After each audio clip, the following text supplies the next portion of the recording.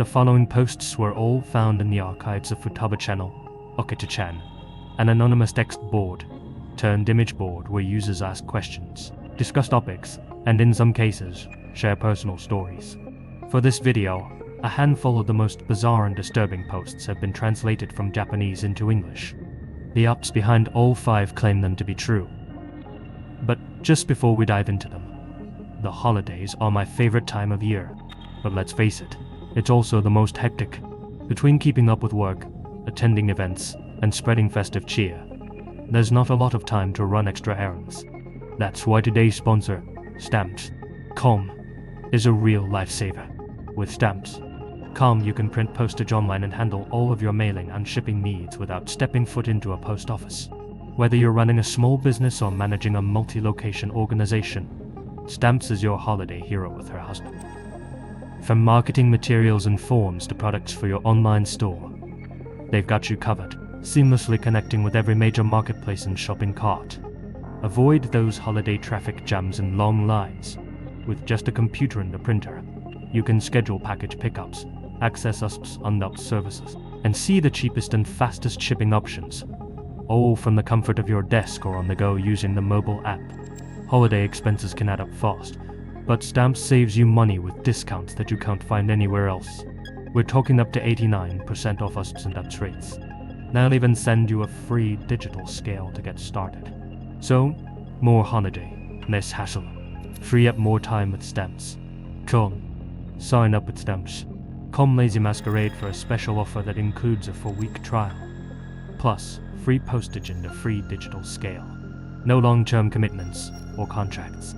Just go to Stamps.com LazyMasquerade. If you've been paying attention to current events, then you know that there's been a huge uptick in Yomi BAI2 cases, especially in the Kanto region. For those who aren't aware, Yomi BAI2 basically translates into black market part-time job. It's work that's advertised online, with each listing promising quick and easy money. Yakuza membership has been steadily declining as of late, and so they've turned to outsourcing some of their work. With a drop-off in Yakuza dominance, new criminal rackets have also started to spring up, scouting for new recruits to help them with anything from robbing stores to swindling grandmas out of their life savings. Those who respond to the ads generally fall into one of 2 categories: young, gung-ho delinquents too stupid to get a real job, or down on their luck losers who don't exactly know what they're getting into until it's too late. I guess you could say I fall into that second category. For months, I'd been struggling to find a job and was pretty desperate for cash. My poor grades and lack of a degree meant I was basically unemployable in the white-collar sector. So, despite my scrawny frame, I'd been working as a laborer for a company that had just gone bust. My mother was very sick, her medical bills were piling up, my rent was overdue. You get the picture. One thing I had, which few people in Japan do, was a truck. That allowed me to do odd jobs here and there, helping people move heavy items, doing the occasional bit of work for small construction companies, or cash in hand, I'm afraid to say, but work had dried up. I spent most nights looking through the recruitment boards online, searching for anyone in need of a work. Most of the ads were either junk or looked suspicious, but I was keeping an eye out. That's when I found a listing for a delivery driver. It was short and simple, heavy goods transporter needed. 1 night job. No experience necessary. Must be reliable and ready to go ASAP. It listed 60,000 yen for 1 night of work, with the payment being made immediately after completion of the job. Too good to be true. Right. Well, I messaged the and within minutes got a response. The person I chatted with seemed really friendly and told me to download a private messaging app called Signal for quicker and easier communication.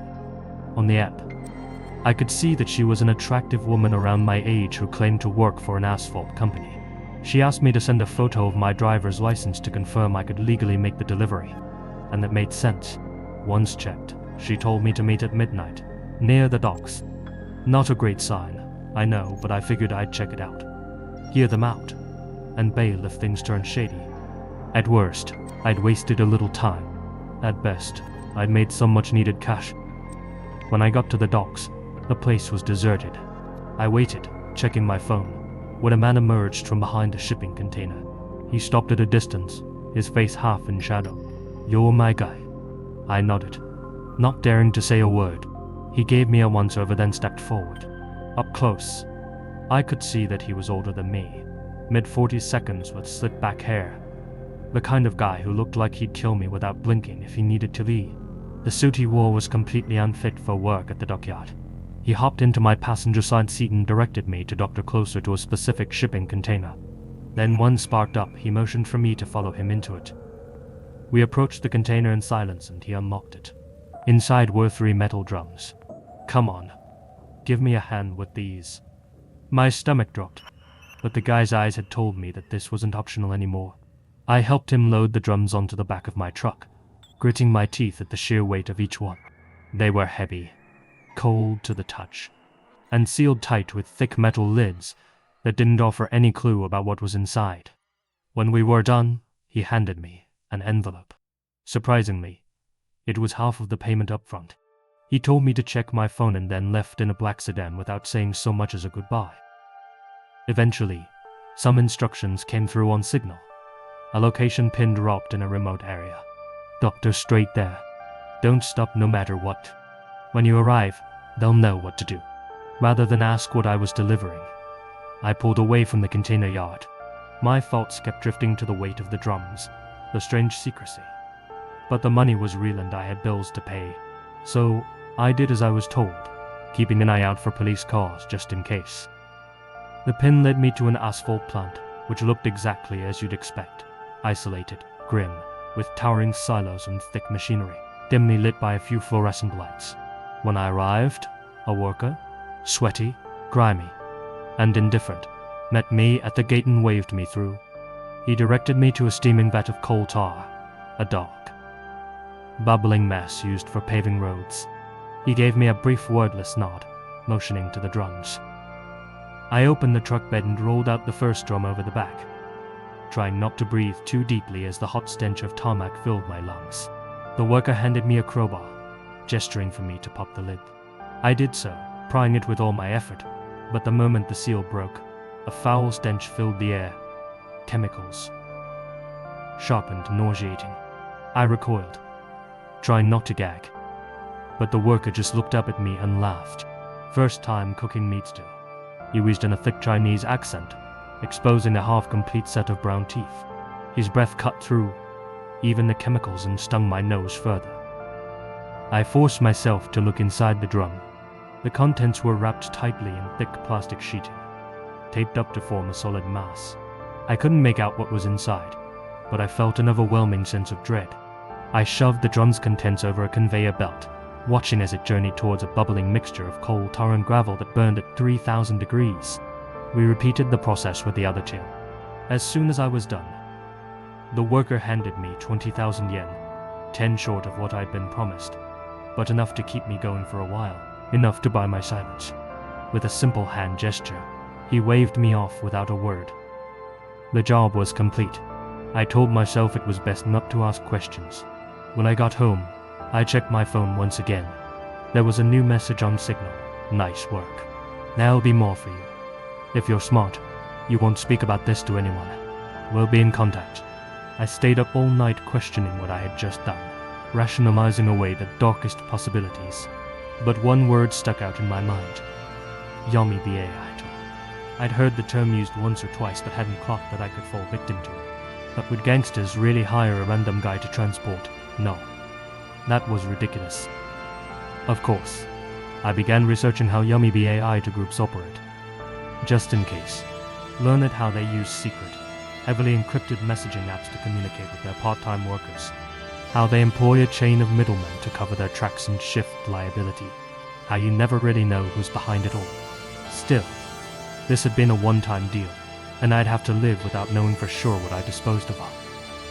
By the end of the month, the money had dried up, but I had no intention of browsing any dodgy recruitment sites again. But I didn't need to the bedroom. Around that same time, a new message came through on the app that I'd almost forgotten about. Signal. I politely replied to whoever was orchestrating things that I wasn't interested in any further work, but they kept texting me. I ignored their messages for a solid hour. That is, until they sent me a photo of my apartment building. Shit. My address was on my driver's license. I considered contacting the police right then and there, but felt that, 1. I'd be implicating myself too much, and 2. Signal was a confidential app that permanently deleted each message sent, so I had no evidence that they were blackmailing me. I didn't even know who was blackmailing me. Before I could fully consider my options, a message came through. Is Mummy home? I went to the location they sent me, picked up some more cargo, as they called it, and drove it to the asphalt plant. I noticed how, after releasing their contents, the drums were washed out in a large device, as if preparing them for reuse. This time the pay was half of what it had been. Not that I could kick up a fuss. They had me hook, line, and sinker. That evening, I figured it best to install a secret dash cam to capture my interactions as leverage, should I ever need it. My new employers messaged me again a few weeks later, and then again a few weeks after that. Each time, I'd pick up the drums from different locations, sometimes the docks, sometimes a storage facility on the outskirts of the city. I'd always be assisted by a new face who would tell me to drive to the same asphalt plant. There, I'd dump the contents into the vat of coal tar and then leave. I've gotten used to ignoring the strange weight and the awful smell of the cans. My mother's medical bills were piling up and I kept reminding myself that this was for her. But eventually, curiosity got the better of me. One night, after another pickup, I couldn't resist. I drove to a deserted back road and carefully pried open the lid of one of the drums. The contents were wrapped up in the same thick plastic sheeting. But this time something was different. Part of the wrapping had loosened, revealing a hint of what was underneath. My hands were shaking as I pulled back the plastic. There, staring up at me through a layer of cellophane, was a human face. Pale, one eye open, the other half open, skin stretched tight across lifeless features. I stumbled back, dropping the crowbar. My mind was racing, a sick feeling rising in my gut as my darkest suspicion was confirmed. Those drums I'd been transporting to the plant had been filled with bodies. I'd been helping them dispose of murdered enemies of one syndicate or another, erasing them in vats of creosote where no one would ever find them. All trace of them erased, their melted bodies used to pave city roads. I slammed the lid back onto the drum and sat there in silence. Say what you will, but I finished the job that night, dumped the bodies as usual, and immediately removed the recording equipment from my truck out of fear of being found out. But I couldn't sleep, couldn't eat. Every time I closed my eyes, I saw that face staring up at me. I spent the rest of the night trying to figure out what to do, though in the pit of my stomach, I knew there was no way out of this. I'd already dug myself into deep, and the people I was working for weren't the kind of people you walk away from. Desperately, my mind tried to find an escape route. I could drop an anonymous tip, let the cops know what was going on at the asphalt plant. But then again, I'd been making these deliveries of my own accord using my own vehicle and had no evidence of who had been messaging me, or even that I had been messaged. I still had footage of a few low-level grunts giving me vague instructions, sure, but other saps who have gone down for Yomi BA had to play the ignorance card, saying they didn't know what they were involved in and that they had been blackmailed. And you know where those guys are right now? Rotting in a Japanese prison. I could run away, move to the countryside. But my mother was too old and too sick to leave the apartment. Perhaps I could just crash my truck. Maybe they'd find another driver. I'd struggle to make ends meet without it. But I'd find a way. But then I thought of all the people who had done this job before me. Had they been in one of the drums I delivered? Was I their replacement? If I screwed up, was I going to be replaced? I started avoiding the signal messages, hoping that they'd just give up on me. But after a few days, a new message came through. Another delivery. No delays. I ignored it. A part of me knew I was putting myself and my mother in danger. But I couldn't bring myself to go back. Not after what I'd seen. But the messages kept coming. Each more insistent than the last. Don't ignore me. What? Do you want your mum to end up in a tin can? Real knew. That night, I drove to the plant with a single drum I collected. I went through the motions mechanically, pushing the drum's contents into the bubbling tar, watching it sink beneath the surface. I didn't look inside. Didn't think about what I was disposing of later. I'd become numb, and I kept doing it every few weeks, drum after drum, because I knew there was no escape. The guy was right. They owned me, had me in their grip, with no way out. And each time I drove away from the plant, I couldn't shake the realization that I'd become just another cog in their machine, another disposable worker doing their dirty work, burying their secrets in asphalt. When my mother passed away, I packed my essentials, factory reset my phone, and moved out of Tokyo, telling no one where I was going. I'm sure at least one of you will send in a tip about this story, and that's fine. I'm confident enough time has passed. I've been careful not to give away anything that could identify me in this write-up. And don't bother asking for any more info, either. I've since found new work in a far-off city and life is going much better for me these days. I occasionally have to make business trips through Tokyo, and each time I do, I can't help but think how smooth the roads are, and what's hidden inside them. This story was posted shortly before a syndicate was exposed for using this exact same asphalt method to dispose of human remains. Awareness of Yami BAI too has since grown and is currently one of the main news topics in Japan. TL, Doctor. I made the worst mistake of my life trying to make my ex jealous. If you have ever thought about hiring a rent-a-girlfriend to show off, don't. Here's how it all started. My ex Natsumi and I had been broken up for about 8 months. She dumped me saying that I lacked ambition, and I spent months swallowing while she moved on to Daiki, some hush-up lawyer who probably wakes up doing push-ups and who wears suits that cost more than my entire paycheck. It stung even worse when I learned that she'd be attending my cousin's Western-style wedding here in Nagasaki, that she was bringing Daiki with her husband. I couldn't bear the thought of showing up alone, looking like the sad loser that she left behind. Enter MIO. I found MIO on one of those rent-a-girlfriend apps. The service was surprisingly professional. Profile pictures, bios. MIO stood out immediately. Late 20 seconds, cute but not overly flashy, dyed brown hair, and a soft smile that looked genuine. We met up once before the wedding to go over some details. She seemed kind, professional, and honestly, was way too good at her job. Noting my nerves, she confidently stated, "Don't worry, we'll make it look natural," giving me tips on how to act like a convincing boyfriend and laying her hand atop mine in a reassuring way. At the wedding, MIO was incredible. She laughed at my jokes, clung to my arm like we were madly in love, and even teased me in a playful way that felt real. Natsume definitely noticed. I caught her sneaking glances at us all night, and her lawyer boyfriend looked bored, out of his mind. Toward the end of the reception, Natsume actually pulled me aside and said, "We should catch up sometime." Suddenly, MIO took charge and, to my surprise, started making out with me right then and there. That was supposed to be part of the service. I guess she was really willing to go the extra mile to make Natsume jealous. Nice extra as it was, I soon came to my senses and looked around, noticing at least a dozen guests and the foreign priest staring at us in shock. Needless to say, we made a hasty exit, admittedly laughing as we did. After all, it was mission accomplished. Or so I thought. The next morning, I got a line message from MIO. "Ohayo gozaimasu. Had a dream about you last night."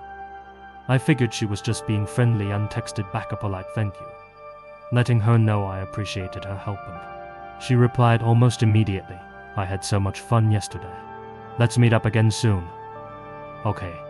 I didn't respond, figuring she was just trying to make an extra buck out of me. How about this weekend off the clock? Of course. Oh well. Perhaps my old charm had rubbed off on her. Honestly, I'm not sure what MIO saw in me. I'm not particularly good looking or well off, but she seemed to keep pushing for a meetup. She was really cute, but falling for someone who goes on dates with other guys would have destroyed my mind more than Natsumi breaking things off with me. Anyway, I'd already gotten what I needed and decided not to text MIO back. As luck would have it, Natsumi texted me back later that same day, saying that she missed me and wanted to catch up. One coffee date turned into 3, and before I knew it, we were seeing each other again. And MIO, I figured she had moved on to her next client, except she hadn't. Every morning, she sent me good morning texts. Every night she'd tell me sweet dreams. She started sending pictures of her meals, claiming that she had cooked them for me, and even sent me selfies from random places saying, "Wish you were here, you were here."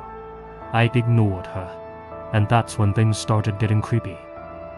One night, I came home to find a plastic bag hanging on my do-not bed. Inside was a bento box with a handwritten note. Made this just for you. Enjoy.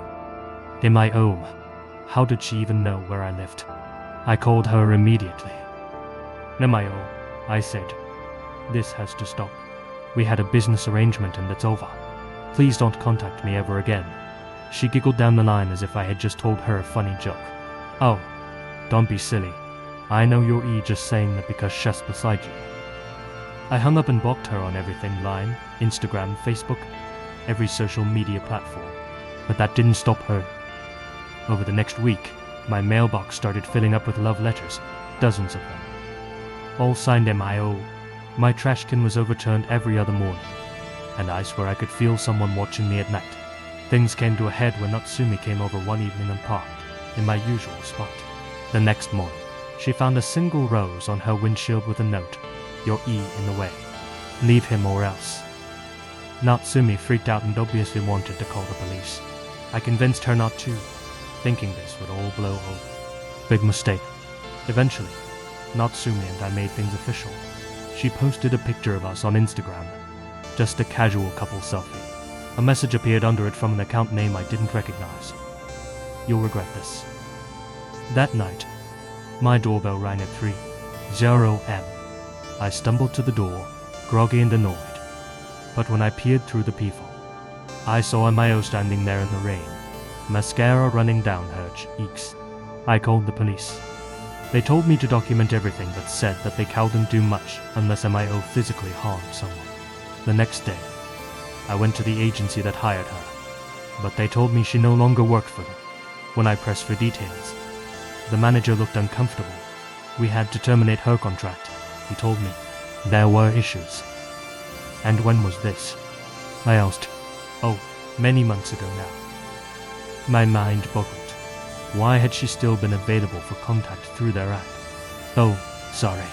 We're a small company, you understand. Sometimes we forget to update our servers. That's all.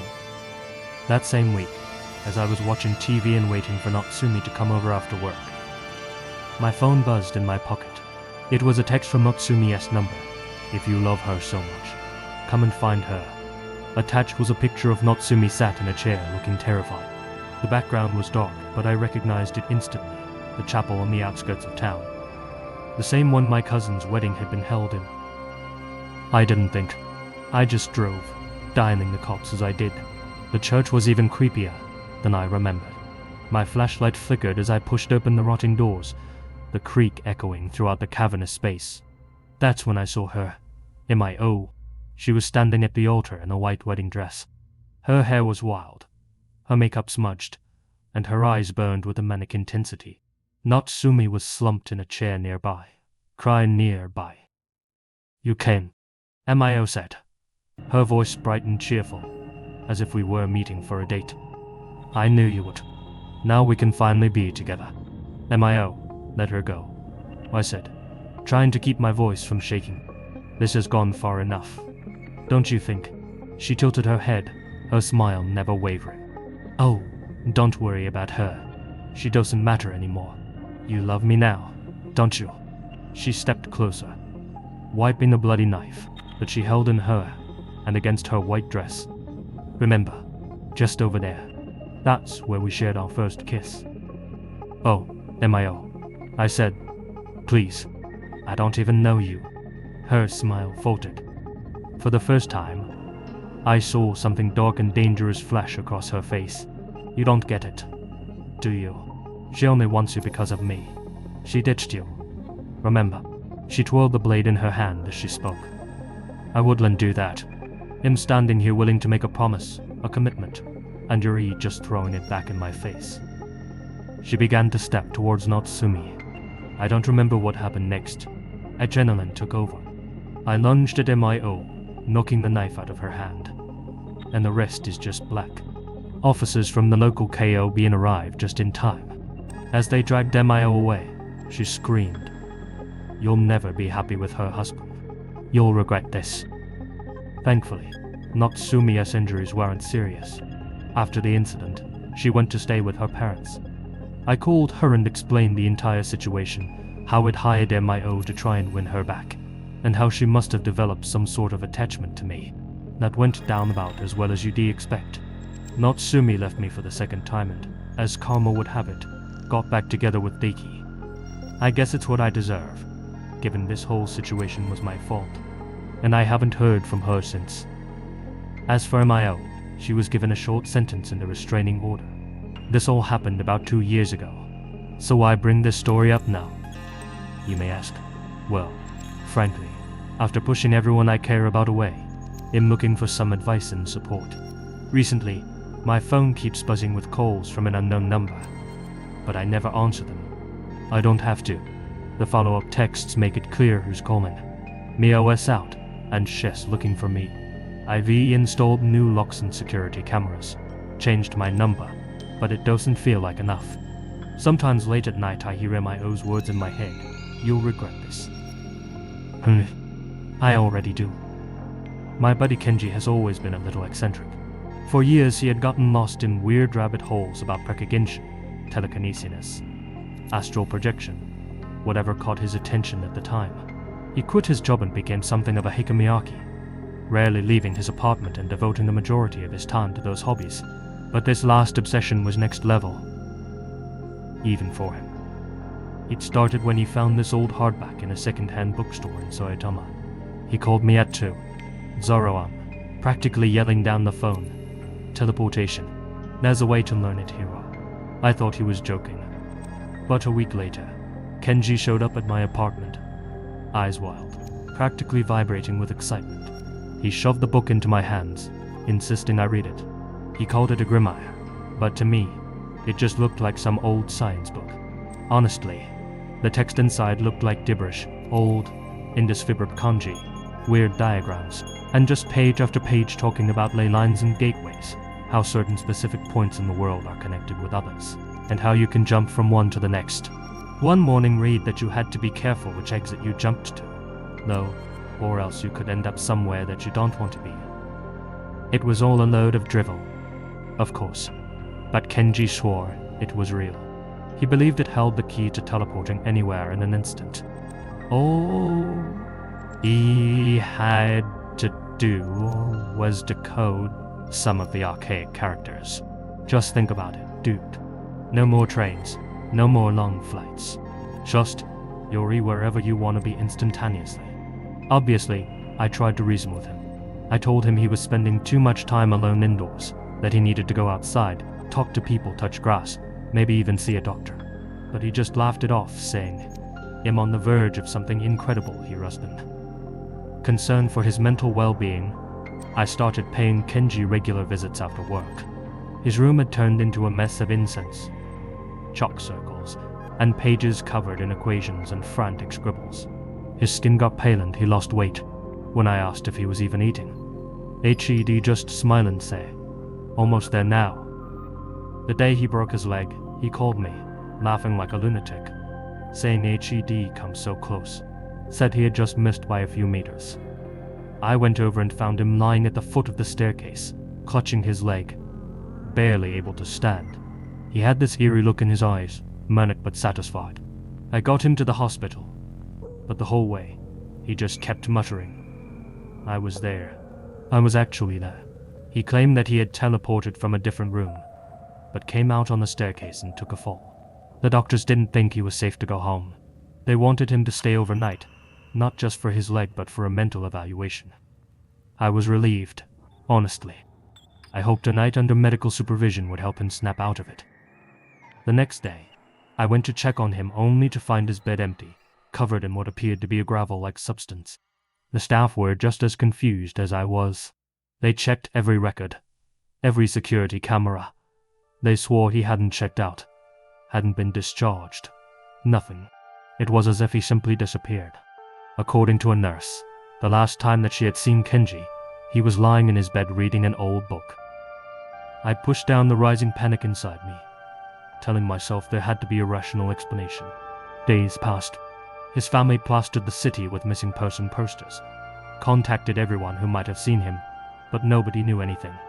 Then, exactly 1 week later, we got a call from the police. Inside a disused warehouse in Hokkaido, halfway across the country from where Kenji had been hospitalized, they found a pair of severed human legs lying, outstretched against a thick concrete wall. One of the legs was in the hospital cast. The rest of the body was nowhere in sight. A DNA test confirmed that the legs belonged to Kenji. The police didn't know what to make of the scene, whether some of the local bears had got to him, or whether this was the work of an active psychopath. As to how he had traveled so far from Saitama with a broken leg, and why he had gone to an abandoned warehouse in Hokkaido, well, even his family couldn't explain that. All I could do was think about Kenji's damn book, his theories, his mutterings that night about almost getting it right. I told the officers what Kenji had been working on, but they just gave me that pitying look, like I'd lost it too. They sealed off the warehouse, chalked it up to misadventure, said that bears got the rest of him, and closed the case. But I can't get it out of my head. Had Kenji truly lost his marbles, or had he really figured it out, just enough to make it across the country, but not enough to survive the journey? As for the book itself, nobody knows where it is, but I have a horrible feeling that if you were to knock down that wall in that disused warehouse, you'd find it embedded in the concrete, along with the missing parts of my friend. The legend of Room 404 has been circulating on dark web forums and hacker sites for years. Most people dismiss it as a myth, but the story goes like this. Room 404 is an exclusive chat room that appears randomly on certain covert messaging platforms at exactly 4 a.m., a time when most people are either deeply asleep or delirious from staying up too late. There are no invitations, and there's no way to access it intentionally. Supposedly, the link just appears in your recommended or random rooms once in a while, labeled simply as Room 404. Whether out of intrigue or ignorance, the room fills up whenever it's live. Only 8 users can join Room 404 each time it appears, and no usernames are visible in the chat. Every owner is assigned an LazyMasquerade, User 1, User 2, and so on. There's a host who could be human or bot, and their messages appear in a distinct font without a username. The chat usually opens with complete silence. No one wants to be the first to speak, but as soon as someone breaks that silence, something strange starts happening. A scripted message will appear which simply reads, "Welcome. You will shortly be asked a series of questions. Please answer them honestly." Users typically respond with various jokes, but the chat usually remains tense. Soon, the questions start to appear. Some general, like "Why are you here really? How much do you trust strangers? What scares you the most? Or what would you do if you couldn't leave?" And others more pointed, personal, and oddly specific, mentioning recent events in each user's area. Though some people believe these prompts are generated by an algorithm, others feel like the chat's being moderated by a real human being. After each question, the room begins to purge the chat by ejecting each participant one by one. The order appears to be based on a vote. The questions appear at 2-minute intervals, and after each one, a poll appears with each user's anonymous id. Dozens of votes are cast, suggesting that the conversation is being watched in real time by an unseen audience. What metrics they use to decide their vote remains unknown. The user with the least votes is immediately ejected from the chat. The moment before you're kicked, your username changes to your IP address, then suddenly converts to a seemingly random string of conjoined numbers. Many people leave feeling confused, except those who realize that those random characters are their exact home address, written backwards. More recently, some users have reported hearing faint sounds or seeing flickers on their screens while in Room 404, as if the host was trying to access their microphone or webcam. Any attempt to leave the chat early results in a pop-up box with the phrase, "Leaving so soon." The only way to exit is to disconnect your device from the internet or stick things out to the end. Speculation about Room 404 runs wild. Some say it's a digital surveillance network test run by government or private intelligence agencies. They speculate that participants in Room 404 are added to an experimental surveillance list, marked as compliant or resistant based on their answers. Others theorize that Room 404 is a training ground for an AI meant to model human behavior in anonymous settings. The questions are supposedly designed to draw out predictable patterns and test what types of conversations provoke emotional reactions. The address reveal at the end, they say, is intended to be disturbing enough to discourage returning users, allowing the experiment to keep its integrity by engaging only newcomers. A small subset of people believe that room 404 is something much more sinister, that it's an interview of sorts, and that each participant is inadvertently auditioning for a red room. This theory is substantiated by the surprisingly large number of past users who talked about their experience with room 404, only to fall off the face of the internet entirely. Among them, one particular story stands out, shared by a community for a user going by the name Ordinary Soul. They claimed that they were able to join room 404 on 3 separate occasions, but were always voted out before the end. What Ordinary Soul had noticed was a pattern. Most users tended to give joke answers to the questions, but unlike on most platforms in room 404, those who gave more serious and considered responses seemed to receive more votes from the invisible audience and survive to the next round. Curious to see if there was a prize for making it all the way on his last parade, Ordinary Soul began to give more sincere answers to the questions. When asked, "What's the worst way to die?" he typed, "being flayed alive." When asked about who would miss him if he suddenly died, he said, "I have no wife, no children, and though my parents would mourn me, they're old. After they're gone, it's likely no one will remember me." He made it to the final, where he and the other remaining user were asked, "What would you do if someone was watching you right now?" Ordinary Soul responded, "I'd make the cowards show themselves." He gained the lion's share of the vote and came in first place. Seconds later, his competitor was disconnected without fanfare, leaving OS alone in the chat room. The final message posted by either the host or a bot simply read, "Congratulations, you're our winner. You will receive your award in the coming weeks. See you soon." As with all the other players, Ordinary Soul's username then briefly changed to his IP address and home address before the room shut down entirely. According to a series of posts Ordinary Soul later made on that same forum, he'd begun noticing faint sounds coming from his computer. He described it as static, like bursts of unintelligible whispers. He later reported seeing the green light on his webcam turn on, suggesting it was active despite him not having used it. It switched itself off hastily, and he chalked it up to a simple glitch. Days later, though, he started receiving ominous emails from various untraceable addresses, the subject lines reading "your prize," but each email only contained images of empty rooms, shadows, and distorted faces. He wrote back to the sender, but never received a reply. When he tried to download or take a screen capture of the images, they turned out blank.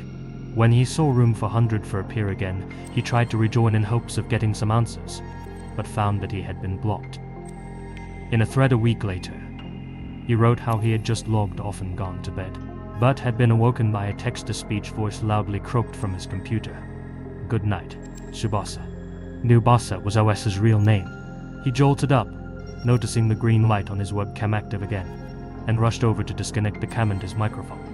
In that same thread, he responded to commenters, some telling him he was just paranoid, others advising him to turn off his computer and get out of the house, but he stated that he wouldn't, using his phone. Said he was making his way to an internet cafe in town where he'd be able to stay for the night. The last post by Ordinary Soul simply read, "I'm almost at the cafe, but I think I'm being followed IRL. No one has heard from him since." Do you guys ever think how many cults there are in Japan? It's a lot, but every time someone brings it up, it sounds way crazier than it actually is. Most of them are harmless stuff, old ladies getting together to pray for good weather, some pyramid scheme dressed up as a spiritual awakening, or some hippie types meditating in the woods. Mostly scams. You know, you laugh it off because no one's really drinking the Kool-Aid over there. Or so I thought. So, last week my buddy used to hit me up out of the blue. We hadn't talked in ages, but he's always been a chill guy with a strong flower power vibe. The type of dude who brews his own kombucha, who goes on retreats instead of holidays. Anyway, he tells me he's been going to these spiritual sessions lately and says I should check it out. It's no big deal, he tells me. Just a group of like-minded people talking about improving themselves. You'll like it.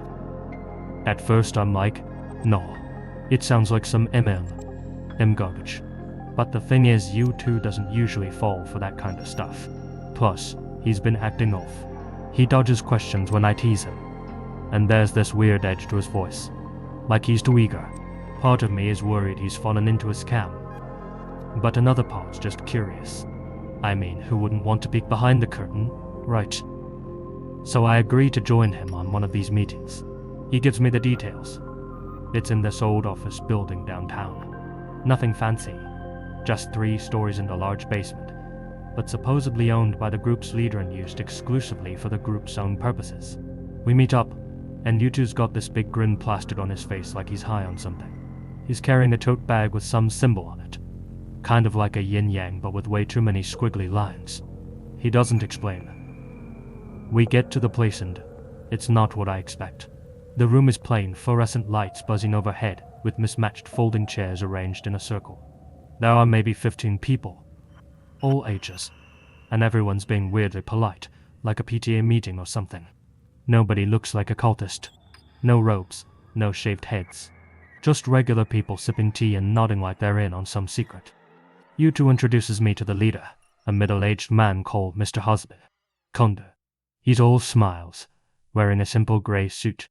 Looks like an accountant, totally harmless. Welcome, welcome, Kondo says, bowing politely as he does. You're here to seek the truth. I hope you'll find it enlightening. Yeah, I'm okay. Whatever. But the vibe's a bit off. Everyone's being too nice, like they're all rehearsing for some indie drama about small-town life. The session starts with introductions. Everyone talks about what brought them there. Stuff like stress at work, trouble sleeping, vague spiritual emptiness, normal problems. Then they start sharing how Mr. Kondo and his teachings helped them. One lady says she cured her migraines. Another guy claims that he stopped having nightmares. It's all pretty tame until Yuta speaks up. I've been coming here for a few months now, he says, and I feel so much more connected, like I'm finally seeing the world for what it really is. The room goes quiet for a second and everyone stares at me, like they're expecting me to clap or something. I just nod awkwardly and Kondo chuckles.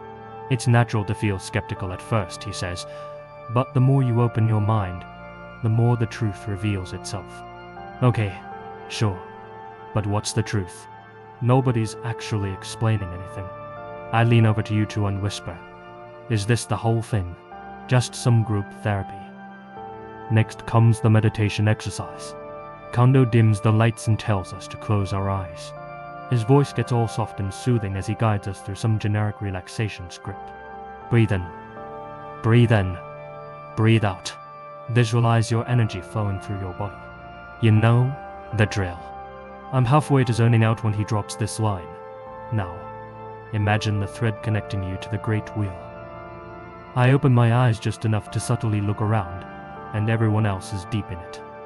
Swaying slightly in their chairs, Kondo's voice gets slower, almost like a whisper. The great wheel turns and we turn with it. But some threads must be severed to keep the balance. What threads? What balance? I glance around, but nobody else looks freaked out. Kondo keeps going, talking about how our inner weights are dragging the wheel. Of course, he says, we need to purge the impurities to restore harmony. Then he pulls out this thing. It's a wooden disc about the size of a dinner plate with that squiggly yin-yang symbol carved into it. He places it within a round slot in the floor, in the center of the circle. It fits into it like a glove, and he tells us to focus our energy on it. That's when I notice the air feels heavy, like the room's suddenly too small. The fluorescent lights flicker, but maybe I'm just imagining it. Kondo's voice gets sharper, almost commanding. Focus. Let go of your doubt. Feel the wheel. Turn it. The others are chanting now, softly at first, but it builds into this low, rhythmic hum. My chest feels tight and my guts are screaming it out, but I don't want to bail and leave Yuta there by himself, so I stay. The chanting reaches this weird crescendo and Kondo slams his hand onto the desk. The room goes dead silent, and just for a split second, I swear I hear something like a faint grinding noise, metal on metal, coming from nowhere and everywhere. I make eye contact with the others, but nobody else seems concerned about it. Rather, they nod in unison. Kondo looks up, eyes wide, and says, "The wheel turns." Everyone murmurs. The wheel turns, like it's a reflex. Then Kondo turns to me.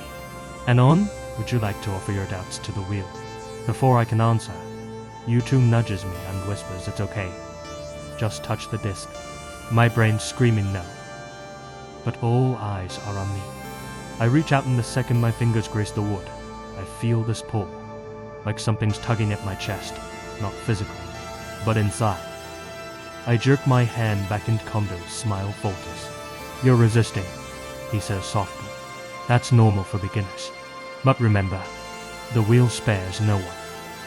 Spare me from what, exactly? Nobody explains. The session ends soon after, and I practically drag you to outside. As soon as we were alone, I ask him straight up, "What the hell was that?" Yuntung shrugs. "It's hard to explain. You have to experience it a few times to understand." That's when I notice the tote bag again.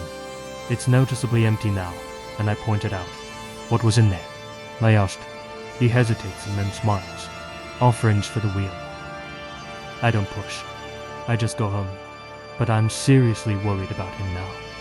I want to make him see sense, so I plan on attending the next meeting with him and calling out this nonsense for what it is. Maybe then he'll see sense. Update, okay?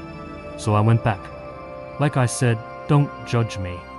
I wanted to know what the hell my friend was getting into. This time I didn't plan to blend in. Everyone was super friendly again, but not in a fake way. They genuinely seemed happy to see me there. Mr. Kondo, the leader, gave a little speech about how the wheel turns for us all and how our threads of doubt need to be severed to set us free.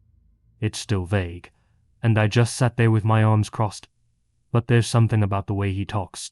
It's calm and commanding at the same time, like he knows exactly how to make you listen. During the meditation, I planned to nudge you two when I felt that heaviness in the air again. The disc was back and people were touching it one by one. When it got to me, I thought, heck, what's the harm in trying? This time it felt stronger, like something inside me was being pulled apart. Not painful, but weirdly relieving. You two said afterwards, "See, you're starting to feel it." Feel what exactly? I'm not sure, but I can't stop thinking about it. We're meeting Kondo for a beer later, so I can pick his brain a little more and prove logically how their beliefs don't add up in front of you two. That should make him see sense. Update 2. You two and I met with Mr. Kondo for a beer after work. I planned to challenge his logic and expose him in front of you two. It's hard to explain, but after a bit of back and forth, I felt like I started to get it. The wheel isn't literal. That. It's like this concept of life and energy constantly turning, with all of us as threads attached to it.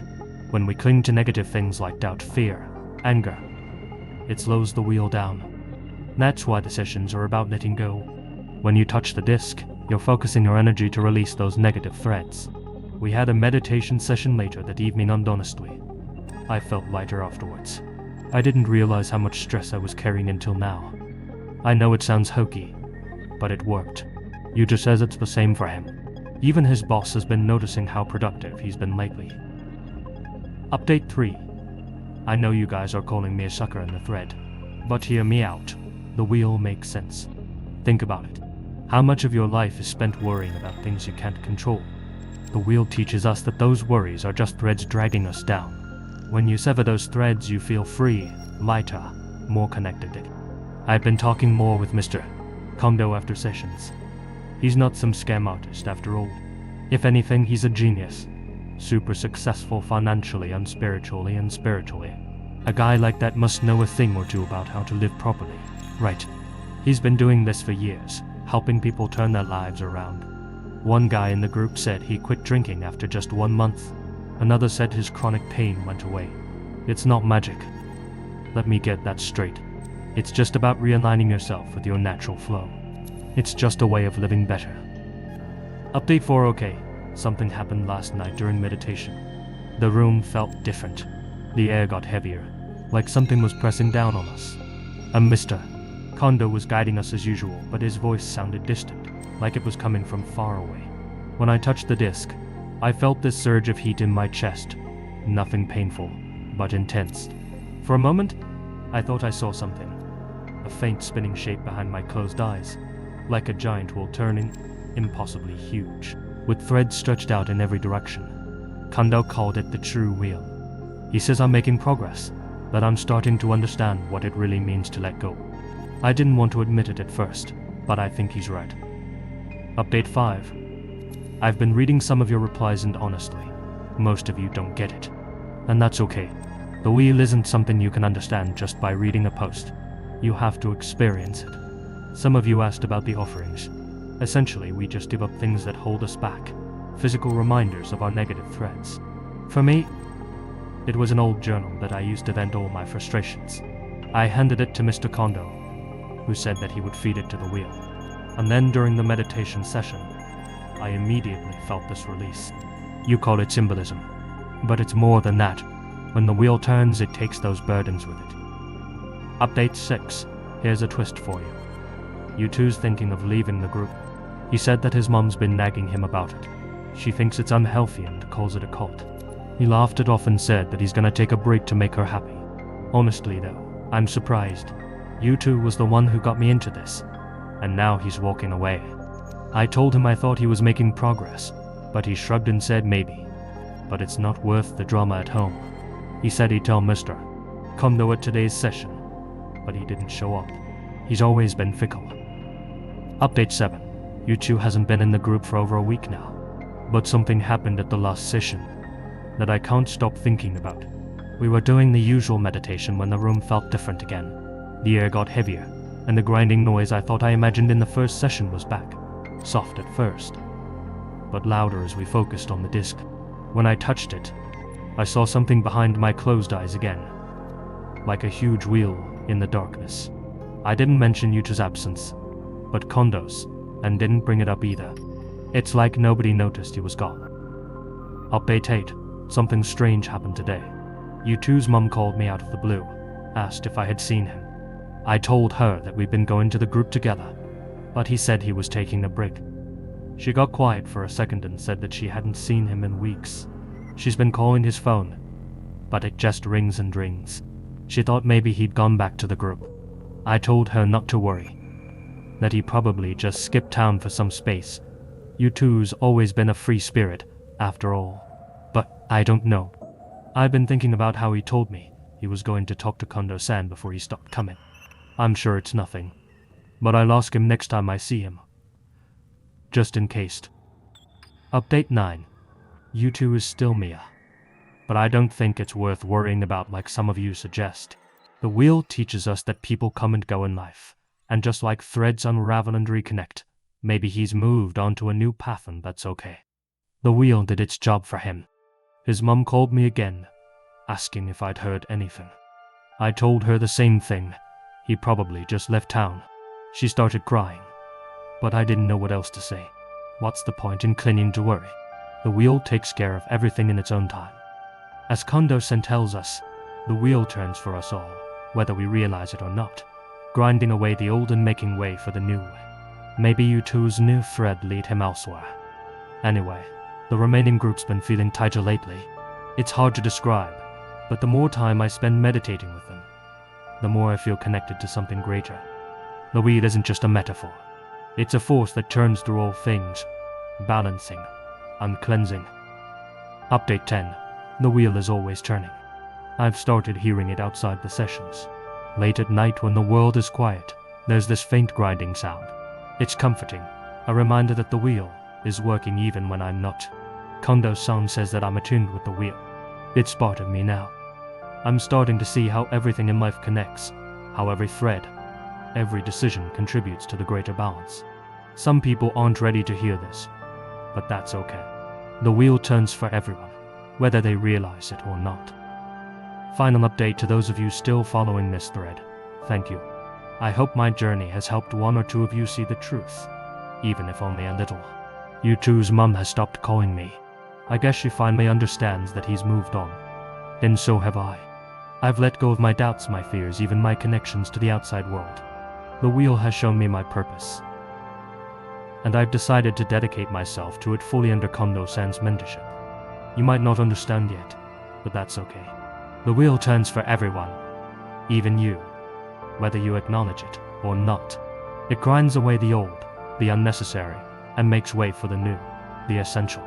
And when the time comes, you'll feel it too, that grinding pull, stripping away everything unnecessary, leaving only what's true. The wheel grinds away the old. It spares no one, and that's how it should be.